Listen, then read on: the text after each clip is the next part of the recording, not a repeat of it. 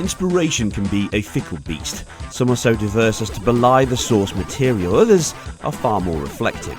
Our next historic tale takes a journey of two halves, one of inspiration and the other of muse. Technically marvellous in design limitations, inspirational and generational like few others could dare dream, creating an entire genre that still sits atop the gaming landscape today. From the collective minds at id Software, nightmare fueled by John Romero, powered by John Carmack's own engine, they set upon a path to move the game on. What they achieved was far beyond anything they could have imagined. Ported to nearly every machine, OS and device under the sun. Diving into my own collection of consoles and many of the PC mods and ports, I take a look through history of an inspirational title that was most certainly a product of its time. As was id themselves, definitely a pioneer of the times. So let's get tooled up and ready to descend into hell. Welcome to History in the Making. Welcome to your doom.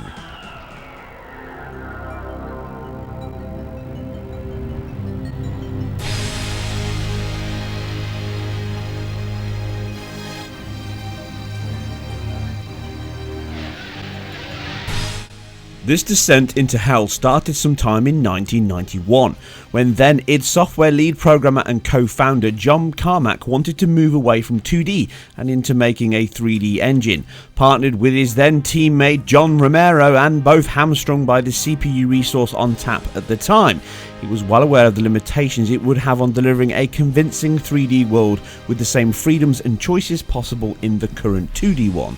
Something he was already well versed in after creating his own hardware-based ATR, adaptive tile refresh method that gifted smooth scrolling on the limited IBM-designed EGA display hardware.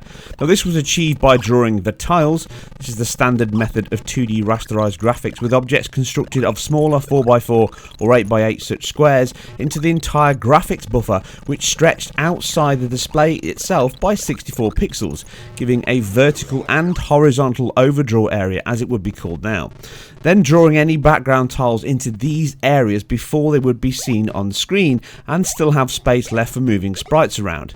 The position could be offset by a pixel at a time, thus allowing them to save processing time by only redrawing parts of the screen or tile rather than the entire display.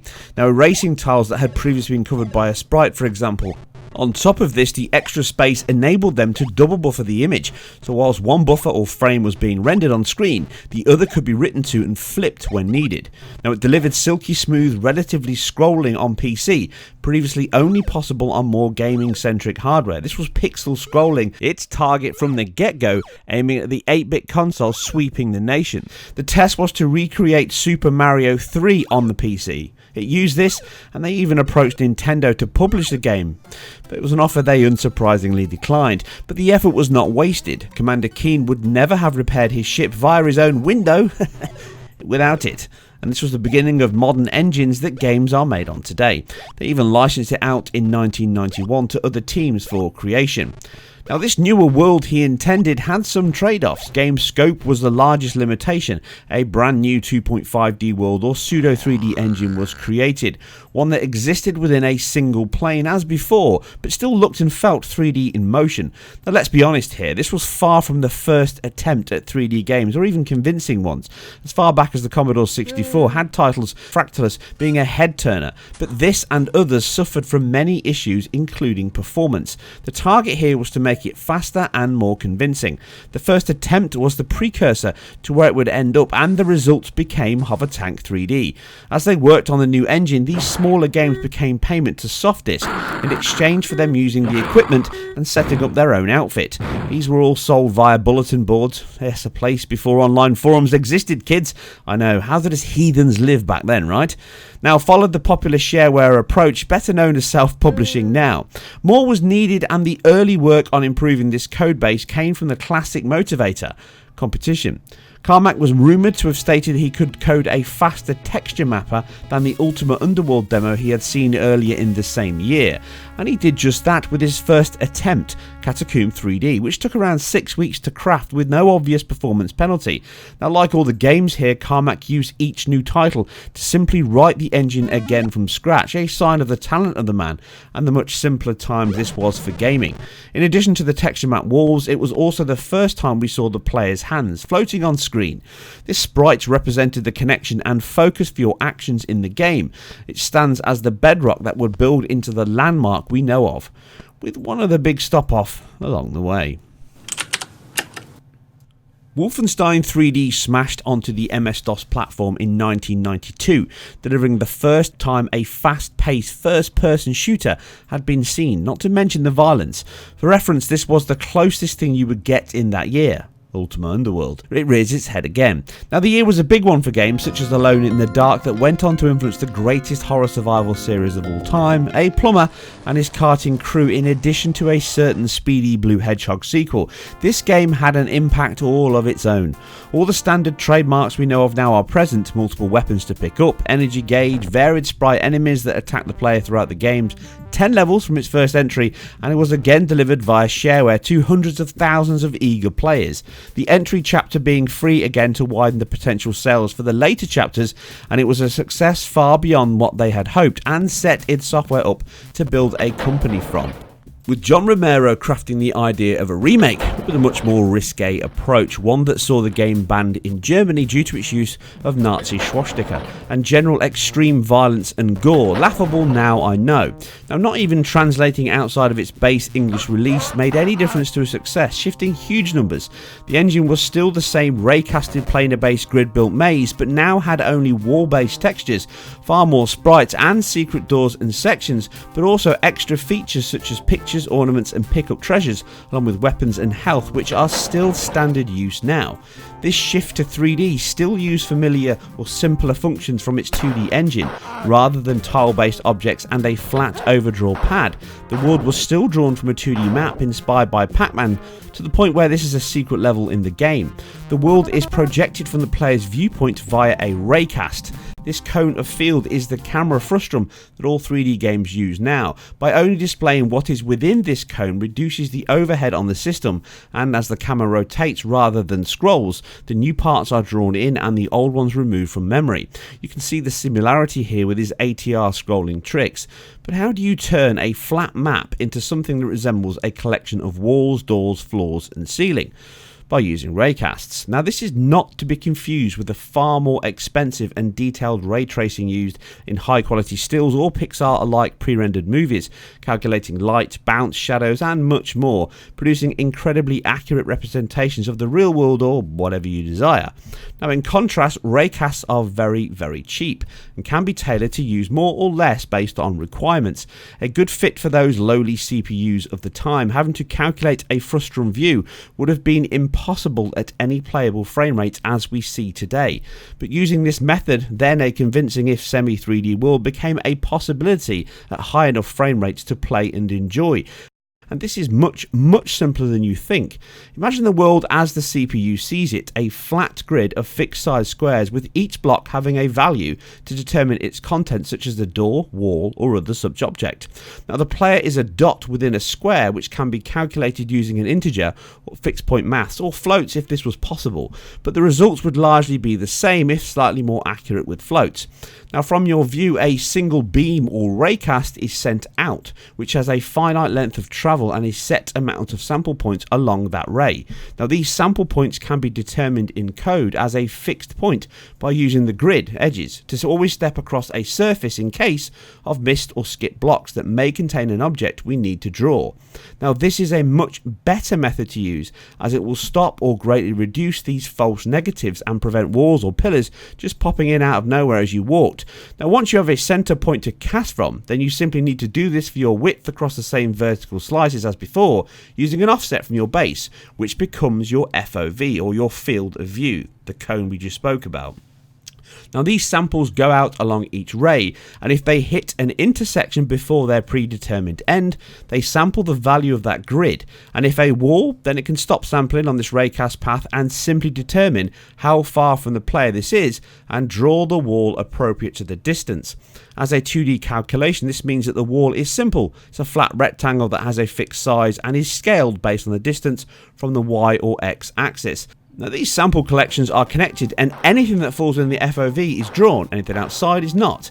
As this is not per pixel but instead limited by the grid size, sample points, raycasts and FOV, it is possible to do all this on a slow, even sub 10 MHz or so CPU and still have an interactive experience, maybe not an enjoyable one though.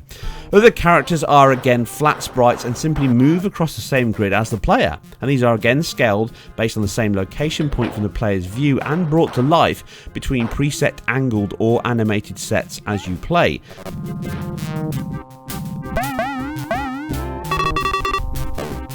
Now this was still all designed in a similar method to the tile-based 2D games we mentioned earlier, so much so that the tile editor that John Romero wrote himself, called TED, was still being used alongside the ubiquitous Deluxe Paint or 2 to create the pixel art and style, one of the best creations from EA ever, and I certainly got my fair use of it on my Commodore Amiga, and so did many developers, as it really set the benchmark for creating the pixel art that set the 8, 16 and even sometimes 32-bit generations apart from what we know of now.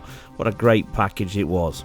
The results were very impressive at the time, and although the gameplay and content was simple, even for the time it made up for that with the immersion afforded by the visual quality it offered.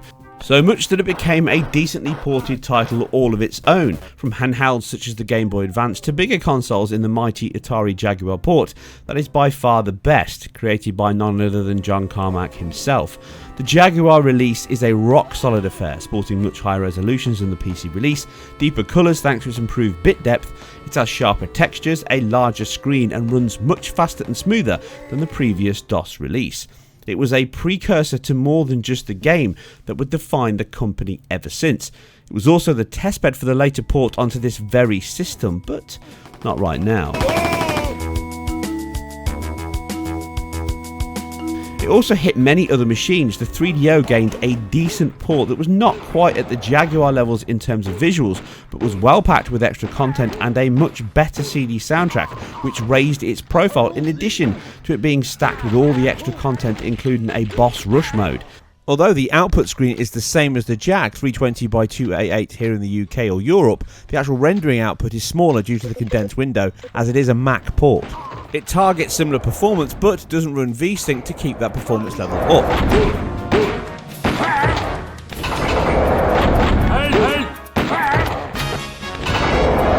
The Super Nintendo received its own cut-down version in both violence, gore, and all the difficulties that came with porting a game such as this, but it also had a cut-down resolution and performance. No Super FX chip was used here, running on the standard CPU, and therefore it suffered ever so slightly on performance and visual clarity. The recent Megadrive homemade version may show the cost to image from its colour palettes, but the screen size at a whopping 256 by 144 resolution and performance are much better than the Super Nintendo version, owing to the talent of the coder that ported the PC original code into 68,000 assembly and the far faster hardware that the machine has. The results speak for themselves and are highly impressive indeed. Other ports appeared, including a 32X unofficial port to another Sega add-on, but the stage was set for a follow-up, but it had to improve on this already high bar.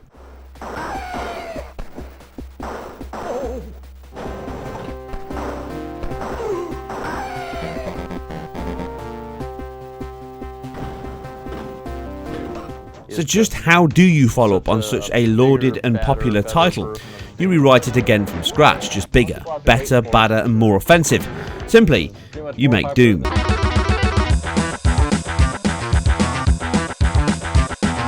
MS-DOS was by now very popular owing to its Windows 3 and more so 3.1 OS vessel, which was a revolution from Microsoft and had become widely adopted in businesses and homes. Official support continued for this until 2001, nearly 10 years after it launched. but Doom managed to land on more machines than even the operating system itself. Now, it also had a fair share of games and mainframe-based multiplayer titles landing, something it helped drive. But Doom wanted to change the landscape and would be a true generation ahead of all others. From game design, visual quality and technological advancement, still within similar constraints, Carmack set about crafting his most impressive engine yet, which was still based on the Wolfenstein format but with a new slant that made all the difference. BSP, or binary space partitioning, enabled the team to create multi-constructed rooms that had greater depth and impact to them. It works similar in concept to the previous Raycast method, except rooms are now subdivided into smaller blocks to create nodes or a linked list that is built in order front to back. Now, as a wall or a seg is sampled, it is then added to the list. Further samples add to this and are connected in front or behind previous ones. Once all visible areas are sampled, the view is drawn using this list to construct the frame output to screen. The screen textures are then drawn in columns as the polygons are generated and filled into these. Once a column is complete, it is added and it moves on to the next. Now, this method allowed the entire map to be built at runtime and then stored in this node list, which it then sampled efficiently to not overdraw sections where the player cannot see, which enabled huge rooms to be built that did not reduce performance. Now, this process is built from a 2D map, just like the one you can use in the game and travel around in. Now, as these rooms are split, depth is created from the lighting system by these two-sided walls or side depths. Now, this enables the game to have a perceived open room that has separate lighting and colouring, or even change the lighting in parts after certain things are activated. Now, this is one of the reasons the game stood out so much. The impression of true 3D was very convincing and fast. Everything exists on a single plane, therefore you cannot have rooms above or below any others, and more importantly, you can shoot enemies and them you, so long as you are in line of sight on the X or horizontal axis. This means that enemies can shoot you from above or below as projectiles come towards you and you can dodge them, but you can also shoot upwards or downwards towards them so long as you are in a range of auto aim, basically the camera frustum area. That allows you to shoot on different levels. But the game does process the Z, or the height level. Now, this is contrary to popular belief thinking the game isn't 3D. It actually is, otherwise you wouldn't be able to have floors and height throughout the game, and you can see this quite simply in the map editor. Floor height and ceiling height is stored with an integer from a minus to a plus, and it's just a pixel height. You can offset this and move between the ranges, and you can see this in the map editor and then the subsequent areas in the steps that raise or lower also. Now, sprites are drawn in the same column method as the textures and benefit from the same clipping to reduce draw time if they are obstructed partially by a wall or out of the camera view. Unlike the rooms though, these are drawn with the painter's algorithm back to front, which will create overdraw in some areas and is the reason some of the ports can bog down so much in full rooms, as all visible sprites, or viz sprites as the engine refers to them, are drawn so long as they appear within the room node and the player's viewpoint. Now, this includes weapon pickups, canisters, enemies and projectiles alike. Now, these sprites are shifted between animation frames and in certain versions have multiple animations across 4 axes of view. Many of the console and earlier versions though drop this to face only attacks due to memory limits, and thus this can reduce the infighting from the enemies in the game that can be used to your advantage. The engine's base limit of 128 sprites is the natural culling level for any room or community map creation limit. Outside of later modded versions of the engine, when it became open source and spread widely across the Unix development circles, a lot of these limitations and restrictions were removed. Which is where the engine itself started life. A port from its Apple-based Next origins, it gained far more popularity and sales on the commercially more successful MS platform. The core was the same on both formats though, as just described, with nothing fundamental changed. This was still the age of software driven renderers, fueled by the average single core 30 MHz or so CPUs on offer. This game was designed for 386s in mind, or 486s if you had the cash. Now, Carmack led the 3D industry in many ways at this time, with the engine being spun off into others such as the Heretic engine and then its later True 3D engine in Quake, becoming a catalyst for a wealth of derivative engines and games from this base that later adopted hardware acceleration after, only with the advent of various cards saw multiple API driver support from OpenGL, DirectX and Glide from Voodoo's 3DFX. The MS-DOS version was another smash hit and confirmed the Midas Touch id Software had, with it selling by the bucket load, but it had its toll on the team and friendship alike, with the lead designer John Romero and John Carmack later falling out and going in separate and alternative directions in many ways, which is a great shame and far from isolated to video game development anyway. As high on the toll may have been, but on this adventure the results speak for themselves, as did the cash flow. Upwards of $100,000 per day came rolling in, and these two rock stars and id became the darlings of the industry and the headlines that followed. It launched officially on the same shareware style across FTP sites and boards at the tail end of 1993, December to be precise, but it did not take long before it was sweeping mainframes and more modern LANs across the globe, along with a few issues from the basic phone call traffic system the game utilised for its multiplayer sessions. Swamp nodes aside, it created a multiplayer love that still endures today, and is the other huge reason the game took off. The original DOS engine enabled a great many firsts, along with improvements over Wolfenstein. The freely available dev versions demonstrate the game forming. Textures were now applied to floors and ceilings, replacing the flat colours we had in Wolf. Texture quality and sprite count were also greatly enhanced. Now, even though we've covered the Z height, it couldn't handle this in the rendering side, so you couldn't look up and down, aside later mods that use Z shearing and further on, but the game did remove the flat fill by using steps and platforms. Now these could raise or lower in-game opening up maps further with secret areas and hidden weapons via activated plates or pickups. Along with its increased texture options and quality, it utilised an 8-bit colour depth and confined the textures to 256 colours, which formed a large part of the level's brown, grey and other such themed looks, but added to this with palette shifts, which gave the yellow filter or red one in rage mode. As it was designed for a separate colour space than the base PC it was widely played on, it can also look darker than other games of the same time, with texture details being altered on presentation. The changes to colour tones, mapping and ramping up the texture amount across all surfaces enhanced the visual appeal as much as the dynamic lighting system it had. Rooms now have shadows, flickering lights and ambient hues. This combined with a mix of light, shadows and texture details and vast attack swarms all harked a shift in expectations of 3D games and how detailed, atmospheric and gory they could be. Demons, ghouls, imps and the like may be, but the blood splats and entrails spilled granted the game one of the first to secure a mature rating, as the night trap fueled rating system was brought in around the same time on the Genesis or Megadrive.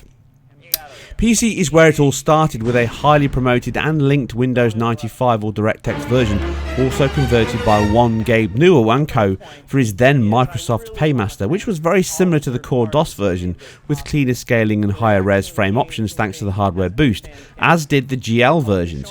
But it was not where the game remained. Oh no. Becoming a badge of honour. Play Doom or go home.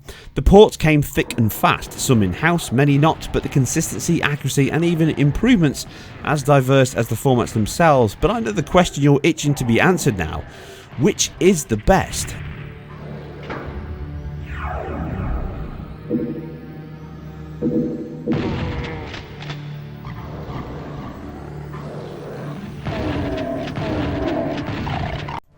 And if you've reached this point, it's the end of part 1 of my video. But don't worry, I've uploaded both the videos sequentially, so later today you'll see part 2, which will cover in depth the Doom ports across all console versions on real hardware, in addition to all those tasty PC mods. So don't fear, I split this up into 2 parts simply because I know many people, and I totally agree, that some videos at 50 minutes or an hour long or 40 minutes long are just too long to watch and you don't take it all in. So this splits it up and gives you a break to go and get a coffee, a bagel, a sandwich or maybe some carefully strewn trinkets across a highly fortified castle, and then come back for some more id action. Anyway, I'll see you on part 2, and if not, then why not? I mean, come on, was this not enjoyable? Part 2 is just as good, except it's darker, deeper, and more Doom related. Anyway, hopefully I'll see you on part 2. Or if not, on the next one.